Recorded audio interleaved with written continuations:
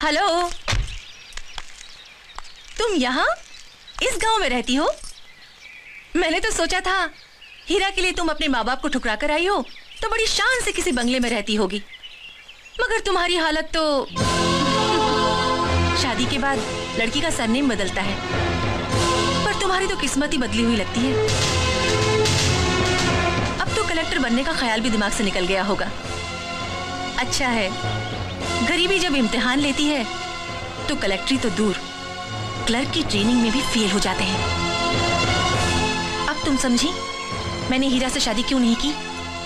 क्योंकि मैं तुम्हारी तरह जिंदगी रसोई और बच्चों की झंझट में गंवाना नहीं चाहती थी। जिंदगी गुजारने के लिए सिर्फ प्यार ही काफी नहीं है।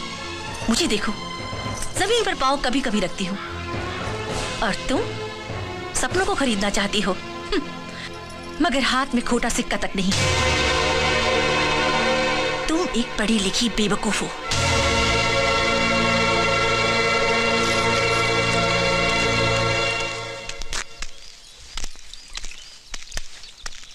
क्या हुआ?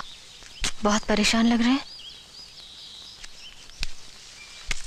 वो जिसने मुझे अपनी जिंदगी से निकाल दिया, मेरी दुनिया से दूर क्यों नहीं चली जाती? वो क्यों मेरे आसपास ताने भरे हंसी के कांटे बोने चली आती? वो गौरी की बात कर रहे हैं?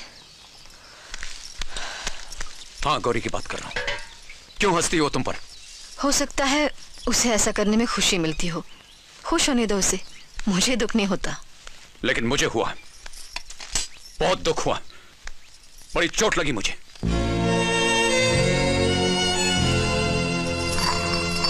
देखो राधा, मैं जैसा हूं अब ऐसे ही रहूंगा। यह सच है कि मैं एक बहुत बड़े पेड़ की टहनी हूं, पर अब पेड़ से टूट चुका हूं, कट चुका हूं। मेरा अपना कोई भविष्य नहीं, लेकिन मैं चाहूंगा कि तुम अपना सपना पूरा करो। अब मेरा कोई भी सपना मेरा नहीं रहा।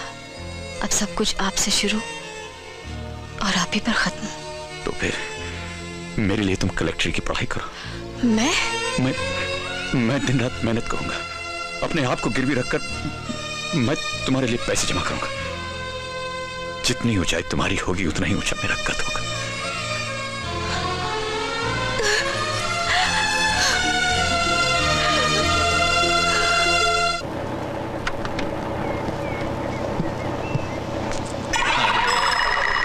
ये फौजी यहाँ कहाँ से आ गया? अपना 10,000 मांगने आया होगा। इसने मुझे देख लिया तो छोड़ेगा नहीं। चलता हूँ।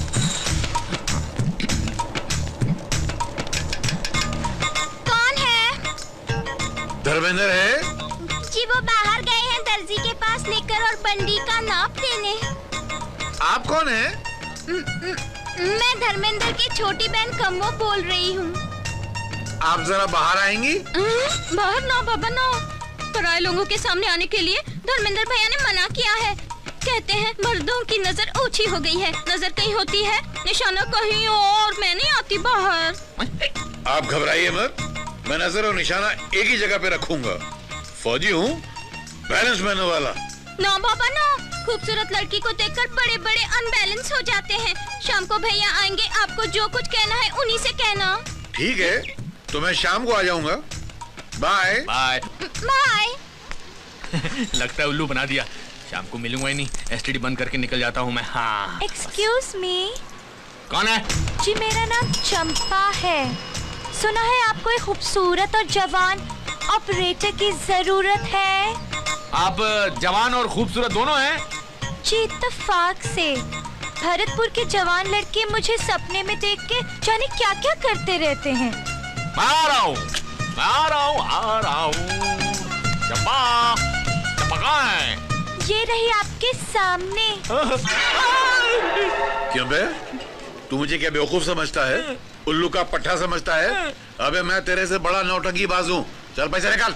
अभी नहीं है, टेलीफोन बूथ पर खर्च हो गए। तुम ऐसा करो, इस महीने की 35 तारीख को आ जाना। अगर 35 तारीख तक तूने पैसे नहीं दिए तो मैं ये सब तोड़ फोड़ के फोन उठा के ले जाऊंगा, याद रखना। हाँ, नहीं तो मुझसे बुरा कोई नहीं होगा। 35 तारीख? अब एक बात बता, इस गांव में कितने दिन का महीना होता है? तुम अरे यार, अबे तू मेरी बात का जवाब दे। सामने वाला वो, चल। हाँ वो साथ वाली खिड़की। हाँ आपसे सुन यार, 35 एक तारीख मिनट रुको ना यार। अरे तुम भाई, अबे, तुम साथ वाला 35 तारीख रुको कहाँ ना है? यार। तू बोल ना। हाँ तुम काकी कैसी है?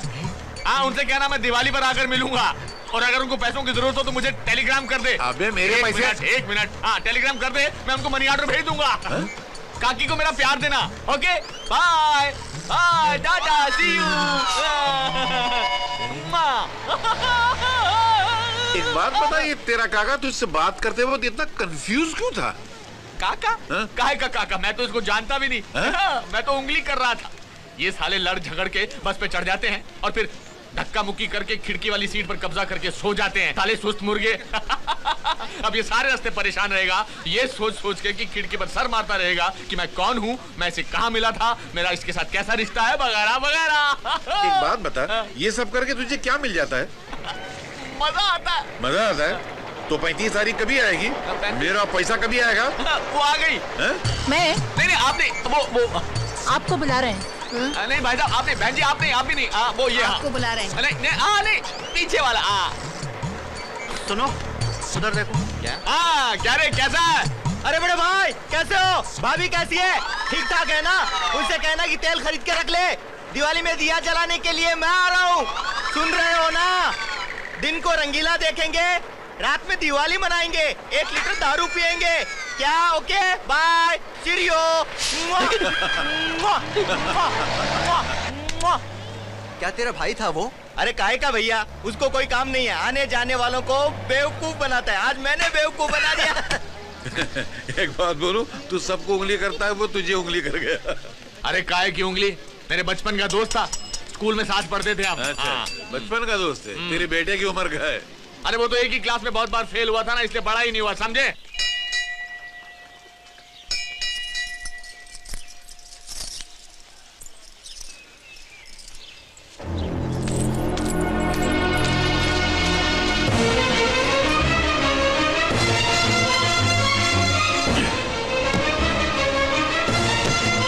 वो दूसरा बोरी देना। चल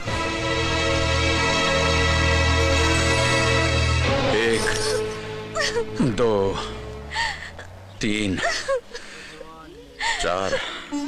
मुझसे कहते थे सब कुछ मेरे हाथ में है, मालिक बैठकर काम करता है तो हम लेटकर काम करते हैं, यही काम करते हैं। 7। बस कीजिए, मुझसे झूठ बोलने की क्या जरूरत थी? आप क्या समझते हैं आपसे इस तरह काम करवा के मैं कलेक्टर बन सकती हूँ? बस रहने दीजिए। राधा, तुम तो जानती हो कि मैं पढ़ा लिखा नहीं हूं, इसके सिवा और काम भी क्या कर सकता हूं? फिर तकलीफ तो हमारी तकदीर है। इंसान तदबीर करे तो अपनी तकदीर बदल सकता है। अगर तुम यही काम करना चाहते हो तो एक पुरानी बस खरीद लो। तुम चलाना भी जानते हो। पैसे कहां से लाऊंगा? जिसके पास बस में चलने का किराया नहीं हो, वो बस कहां से खरीदेगा? पैसे मुझसे ले लो। नहीं नहीं नहीं। अरे भाई, कर्ज समझ के ले लो, आ जाए तो लौटा देना। और नहीं आया तो? बचपन से दुखों का इतना बोझ उठाया है कि अब और बोझ उठाने की हिम्मत नहीं रही। देखो हीरा, मैं तुम्हें अपना समझ के हाथ बढ़ा रहा हूं। अगर तुम मुझे अपना समझते हो तो हाथ मिलाओ। ठीक है कि मेरा यहाँ रुकना ही बेकार है? तुम मुझे गैर समझते हो तो मैं चलता हूँ। अरे अंकल रुकिए। अंकल ठीक कहते हैं, ये पराये नहीं है, इनसे कर्ज लेकर बस खरीद लीजिए, सूद के साथ लौटा देंगे।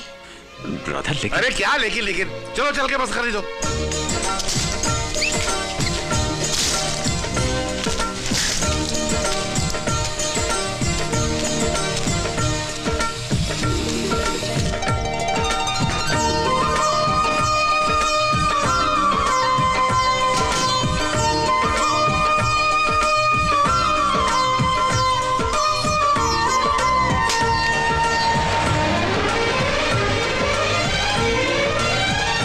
भाइयों और भाइयों, आज तक आप लोगों ने केवड़ा ठाकुर की बसों में सफर किया है। अब ये बस ना डिलक्स है ना लग्जरी, लेकिन फिर भी इसमें आपको एयर कंडीशन बस का मजा आएगा। पूछो कैसे? कोई पूछता नहीं यार। अरे पूछो ना कैसे? वैसे कि इस बस में हमने जो कंडक्टर रखा है वो रखा नहीं है, रखी है। एक फुलझड़ी है, उस फुलझड़ी का नाम है करिश्मा।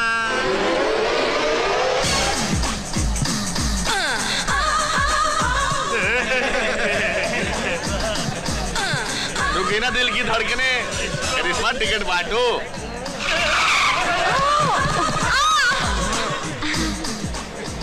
कहाँ की काटूं? अजी आप कहाँ कहाँ की काट सकती हो? ए इडियट, ये बाल नहीं काटती, टिकट काटती है। टिकट? अलीबाग। अलीबाग का तो सिर्फ 2 रुपए का टिकट होता है यार। अरे अलीबाग जाकर क्या करोगे? अलीबाग में मेरा घर है। और घर जाकर रोज की तरह बीवी की मार खाएगा। इससे अच्छा है करिश्मा के साथ सफर का मजा लो, झूमरी तलैया जाओ, वापसी में अलीबाग में उतर जाना। अलीबाग के 2 रुपए और झूमरी तलैया का 20 रुपया। ऐसा क्या? ये लो 20 रुपए। तुम्हारी कहाँ की? अलीबाग की, लेकिन झुमरी तलैया से वापसी में उतरूंगा।